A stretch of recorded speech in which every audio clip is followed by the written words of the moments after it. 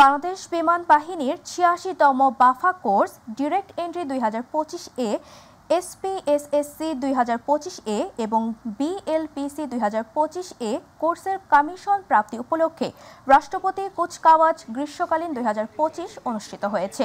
কুচকাওয়াজের মাধ্যমে এক নারী অফিসার ক্যাডেট সহ মোট ৪৫ জন অফিসার ক্যাডেট কমিশন লাভ করেন।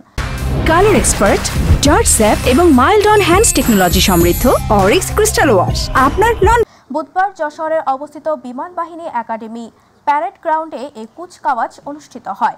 বাংলাদেশ নৌবাহিনীর প্রধান অ্যাডমিরাল এম নাজমুল হাসান প্রধান অতিথি থেকে কুচকাওয়াজ পরিদর্শন ও সালাম গ্রহণ করেন।